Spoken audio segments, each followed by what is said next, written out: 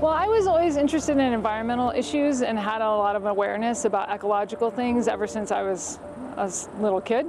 And I wanted to look for an issue that would be not a controversy, but something that people could work together towards. There's a lot of divisive ideas about how we should interact with the natural world and how we do interact with the natural world. And so what I liked about Starry Skies is everybody loves stars, and there's no reason to have light pollution. One of the turning points for me was actually visiting with my father years ago in Arizona, and about 9 o'clock at night I went out on the veranda and looked over the valley, and to my astonishment there were like no big lights at all. It was maybe a couple twinklings here and there. There are strict dark sky ordinances there, and came back and started thinking about it and thinking, boy, if they can do it there, we should be able to do it here. So Randy Larson and I started a chapter of the International Dark Sky Association, and that's what Starry Skies North is today. We focus on educating and advocating about light pollution and celebrating the night sky, and this has been important because humans have lit up the night brighter and brighter and brighter, and it's not just because we have population increase on the planet. We have the propensity that when technology gets cheaper, we use more of it, and we've had an exponential increase in light pollution in the past 10 years. So the overuse of light at night not only diminishes the way we connect with the night sky, it affects the environment, it affects other animals, it affects plant pollination, insect activity. 70% of species are nocturnal, they're more active at night. So light pollution is stealing the night habitat from these species. It's impacting their survival, and we need these species for our survival. Light pollution at night has a major impact on our health. Light at night is a contributing factor to all chronic disease, including obesity, diabetes, cancer, and cardiovascular disease. So we're all really familiar with the experience of the color of light.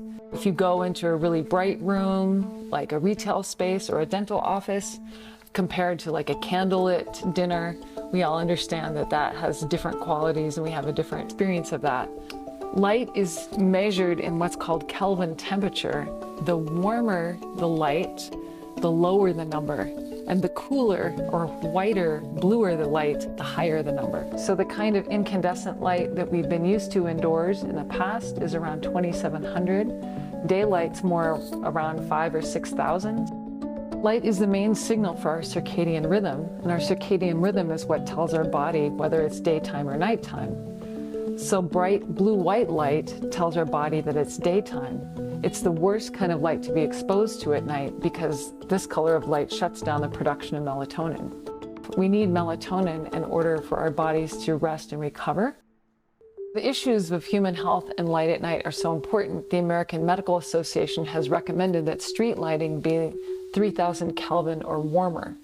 So this is especially important because about half of our light pollution is street lighting and another third is parking lot lighting. And a lot of these lights are on when nobody's using them. So this is another opportunity for technology to come in and have lights on only when people are using them, and that'll offer a huge amount of energy savings.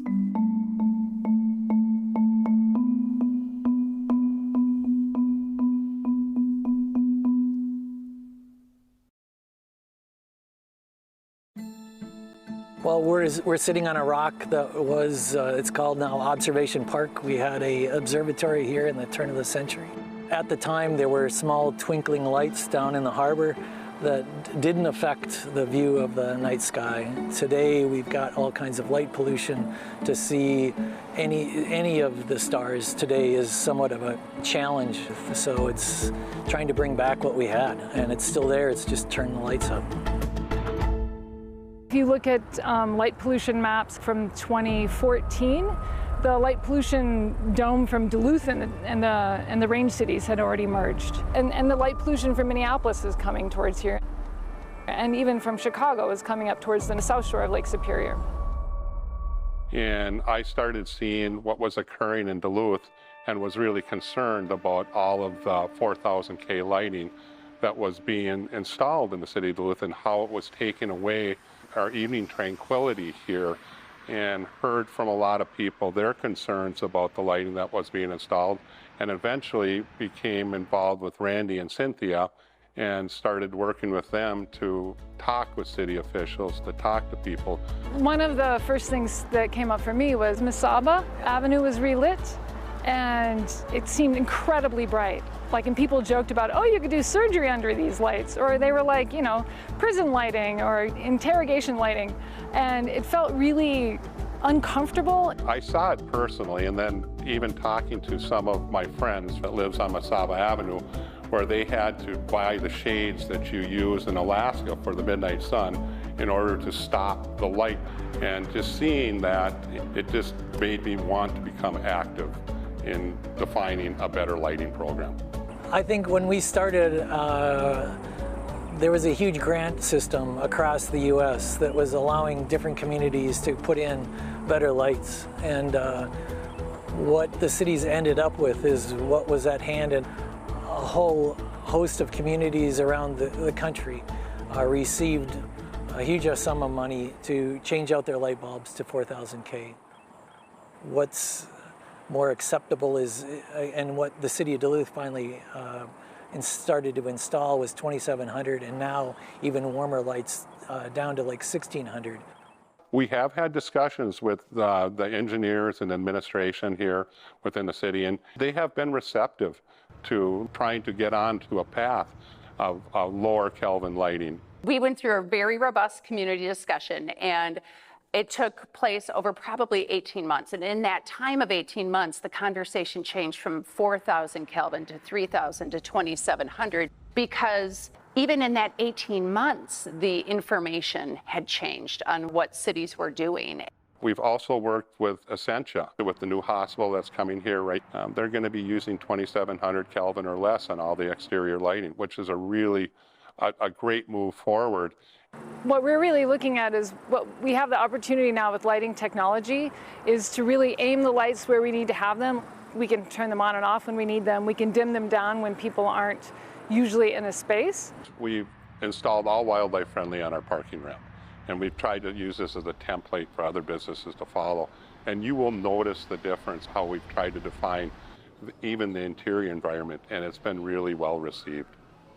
What I would say is it doesn't cost any more money to install wildlife friendly lighting.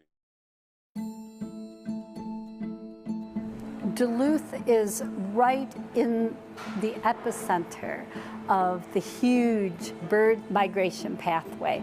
Once they clear Duluth, they can scatter every which way. But because we get so many of the inland birds, and so many of them are migratory, and so many of them are nocturnal migrants, having all this extra light is going to be harmful. They navigate by getting up high enough and use the stars. Now that we're getting brighter and brighter lights, any light that's going up toward the space where they are is going to totally confuse them. The way we solve it at nighttime is by turning off lights that we aren't using. Whoa! It's a really important thing that Duluth and Superior can be on the forefront of, is be these urban protected areas that people can access where they are. You should come see it, the moonset. We have this great opportunity to be an example of how you can be a city with very dark sky friendly lighting. And here, just north of us, we've got the biggest dark sky park in the world with the BWCA, the Quetico, and the Voyagers at 2.4 million acres of dark sky. We could be the gateway to this. The city of Duluth would provide a great environment. Take a look at the backdrop that Lake Superior could provide for a dark sky environment. I think it would just be a wonderful amenity for the city of Duluth. Residents, tourists, and businesses alike would enjoy it.